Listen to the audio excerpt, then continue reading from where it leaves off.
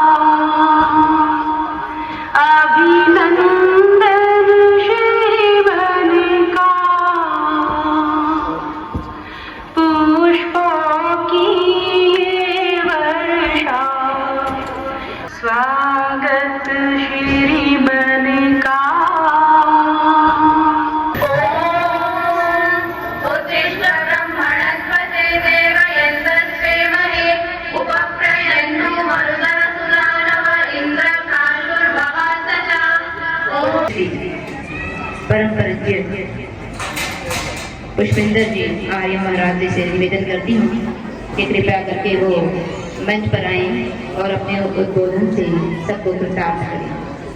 मुख्यमंत्री जी, अपनी आभा से जीवन सुसंस्कृत कर दीजिए, अपनी आभा से जीवन सुसंस्कृत कर दीजिए।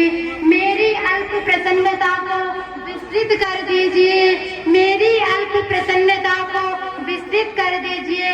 आपकी उपस्थिति पाकर ये मंच रोशन हुआ है, आपकी उपस्थिति पाकर ये मंच रोशन हुआ है। स्नेहपूर्ण उद्बोधन से हमें उपकृत कर दीजिए, स्नेहपूर्ण उद्बोधन से हमें उपकृत कर दीजिए। बहुत प्रिय और आदरणीय छोटी बहन डॉक्टर रश्मि, यहाँ उपस्थित अध्यक्ष महोदय, सचिव महोदय, आदरणीय श्री अविनाश सिंह अलग जी, भद्रपुरुषों मातृशक्ति,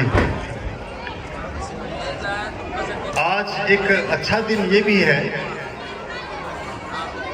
कि गुप्त नवरात्र की प्रतिपदा है।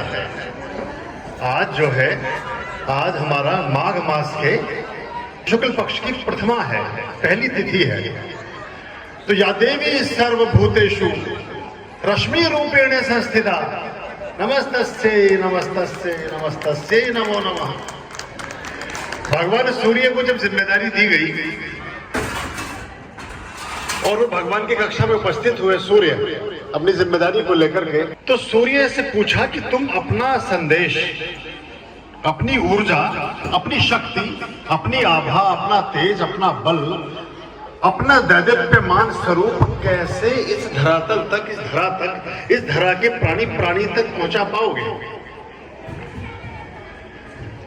तो सूर्य का उत्तर था कि मैं अपनी पुत्रियों के माध्यम से, मैं अपनी बेटियों के माध्यम से इस पूरी धरा को रोशन करूंगा, चाहे वो ज्ञान है, चाहे वो बल है, चाहे वो शक्ति है, चाहे वो प्रकाश है। और सूर्य की जो पुत्रियां हैं वो किसी भी भाषा में आप देखें, चाहे उन्हें अब रश्मियां कहें, चाहे उन्हें किरण कहें, चाहे उन्हें आभा कहें, वो सब की सब उनकी पुत्रियां ही हैं। और सूर्य के सारे संदेश को इस जगत तक उनकी पुत्रियां ही पहुंचाती हैं। तो गुरुकुल की जो हमारी परंपरा है, गुरुकुल की जो हमारी व्यवस्था है, वो इन पुत्रियों के माध्यम से जगत को आलोकित करने का एक ऐसा महायज्ञ है कि जिसके बिना ये धरा सुंदर, सौम्य, श्रेष्ठ और अच्छी नहीं हो सकती। अभी अलग साहब मुझसे बात कर रहे थे कि हम शिक्षा के मायनों में ऐसा क्या मूलभूत बिंदु हो जिस पर अधिक ध्यान दें, जिससे शिक्षा व्यवस्था अधिक बेहतर और अच्छी हो सके। तो मैंने उनसे यही कहा कि जब तक संस्कार युक्त शिक्षा नहीं होगी, तब तक आचरण, व्यवहार और बहुत सारी चीजें फिर जो उसकी छाया में चलती हैं वो भी नहीं चलेंगी। संस्कार होंगे शिक्षा में, तो ये ऐसे नाटक और ऐसी चीजें हमें देखने नहीं मिलेंगी कभी भी। ये जो ओल्ड एज होम का प्रचलन है या बहुत सारी चीजें हैं, ये हमारे भारत के किसी कल्चर में कभी थी ही नहीं। गुरुकुल से पढ़े हुए किसी भी ब्रह्मचारी ने, गुरुकुल से पढ़े हुए किसी भी ब्रह्मचारिणी ने कभी भी ओल्ड एज से संबंधित कोई भी ऐसी घटना अपने जीवन में पैदा होने ही नहीं दी जिससे समाज में ऐसी नाटिकाएं या ऐसी अवस्थाएं हमें देखने को प्राप्त होती हों। वेद के मंत्रों को अपने जीवन में आत्मसात करने वाली मातृसत्ता और कन्या गुरुकुल नारंगपुर में जुड़ी हुई सारी ब्रह्मचारिणियां, मैं लगभग 10-11 साल बाद में आया हूं। 2012 में मैं पहले आया था, तब वो रास्ता भी इधर से हुआ करता था और अभी रास्ता भी अच्छा हो गया और कई सारी चीजें बदल गई और गुरुकुल का स्वरूप भी मैं बदलते हुए देख रहा हूं। लेकिन आपका जो समर्पण है, आपकी जो निष्ठा है, आपकी जितनी आचार्यगण हैं, जितनी आपकी प्राचार्य हैं, जितनी आपके संगी साथी हैं और रश्मि जी आप जो काम कर रही हैं वो बहुत अद्वितीय है, बहुत सुंदर, बहुत अच्छा। और एक छोटी बहन के नाते हम आपके साथ हैं, हम आपके साथ खड़े हैं तन से और मन से। धन से तो खड़ा होना कोई भी खड़ा हो सकता है, हालांकि धन से खड़ा होना प्राथमिक मूल्य है, लेकिन धन से भी खड़े हैं धन से भी खड़े खड़े जिसमें योग्य हैं आपके साथ हैं। अभी मुझे संख्या का कुछ ज्ञान नहीं था, तो अभी 51 छोटा सा जैकेट बच्चों के लिए लाए हैं। कितनी संख्या है बाकी आप बता देना शालिनी को, आप नंबर भी उनके ले लेना, वो अभी इसी सप्ताह हम पूरा कर देंगे जितने भी आपकी बच्चे हैं उन सब के लिए। और आपका जो भी प्रकल्प चल रहा है उसके लिए हम बहुत एक छोटा सा अपनी तरफ से एक तिलक, चूंकि आज पहले का ना पहला नवरात्र है, आज जो है ये गुप्त नवरात्रि की पहली तिथि है, 51,000 रुपए का तिलक हम आपके बच्चे को कर रहे हैं, तो आप इसको स्वीकार। बहुत धन्यवाद, बहुत बहुत ज्यादा धन्यवाद। परमपिता परमात्मा आपको दीर्घायु बनाए और हमारा साथी बनाए। और सभी लोग देखिए, जीवन में जो दाता है, दाता कौन है? दाता कौन? परमात्मा। और परमात्मा का जो सूक्ष्म अंश समाज में मिलता है मनुष्य रूप में, इसलिए देवतागण भी तरसते हैं मनुष्य का रूप पाने के लिए। इंद्र को भी भिक्षु बनकर दान लेने आना पड़ा कर्ण के सम्मुख, तो कहते हैं कि अब इंद्र असुरपति, सभी देवताओं के अधिपति हैं, प्रमुख हैं, और फिर भी मेरे सम्मुख क्यों पहुंचे हैं? तो कहते हैं कि दान की महिमा बहुत अपरंपार है और मैं तुम्हारे जीवन को उपकृत करने के लिए ही ये विप्र का रूप धारण करके तुम्हारे सम्मुख उपस्थित हुआ हूं। अगर तुम मुझे दान न दोगे तो कोई दानवीर कर्ण भी ना कहला पाओगे इतिहास में। तो दानवीर कर्ण तभी कहला पाए जब उन्होंने उसको किया, और कहते हैं 1.25 मन सोने का दान करता था कर्ण। तो 1.25 मन सोने से मतलब ये था क्वांटिटी नहीं, हमारा जो मन है 1.25 मन से, 1.25 मन से, यानी 1 मन और 1 मन से भी अतिरिक्त जाकर के हम 1.25 मन से कोई काम कर दें, वो होता है 1.25 मन। तो हम जो अपना जीवन में जो भी उपार्जित करते हैं उसकी शुद्ध आय का 10% हमें शुभ कृत्यों में, परमात्मिक कृत्यों में और श्रेष्ठ कृत्यों में दान देना चाहिए। उस दान से हम कभी भी रोगों की श्रेणी में नहीं आते, कभी बीमार नहीं होते, कभी अकाल मृत्यु, ऐसे रोग, ऐसी समस्याएं, किसी तरह की डकैतियां, किसी तरह की राजनी, किसी तरह की समस्याएं से हमेशा सदा सर्वदा मुक्त रहते हैं। और जो भी हम छोड़ते हैं वो 1000 गुना हो जाता है, 1 लाख गुना हो जाता है। एक छोटे से प्रसंग के साथ अपनी वाणी को विराम दूंगा। एक राज्य में अकाल पड़ा और राजा को उस राज्य ज्योतिषी ने परामर्श दिया, उस राज्य के ज्योतिषी ने, कि जो भी सबसे पहले आपको व्यक्ति मिले उससे आपने भिक्षा लेनी है। राजा को यह मशवरा दिया कि जब घर से बाहर निकलो, महल से बाहर निकलो, तो जो पहला व्यक्ति दिखे उसी के सामने झोली फैला देनी है। राजा ने कहा ठीक है, अगर यही उपाय है तो मैं करूंगा। और राजा चलता है उस उपाय को करने के लिए, महल से बाहर निकलता है तो देखता है कि उस बस्ती का एक भिखारी सबसे पहले राजमहल के सामने प्रकट होता है। तो राजा उसके सामने झोली फैलाता और कहता भिक्षाम देही, मुझे कुछ दान दो, भिक्षा दो।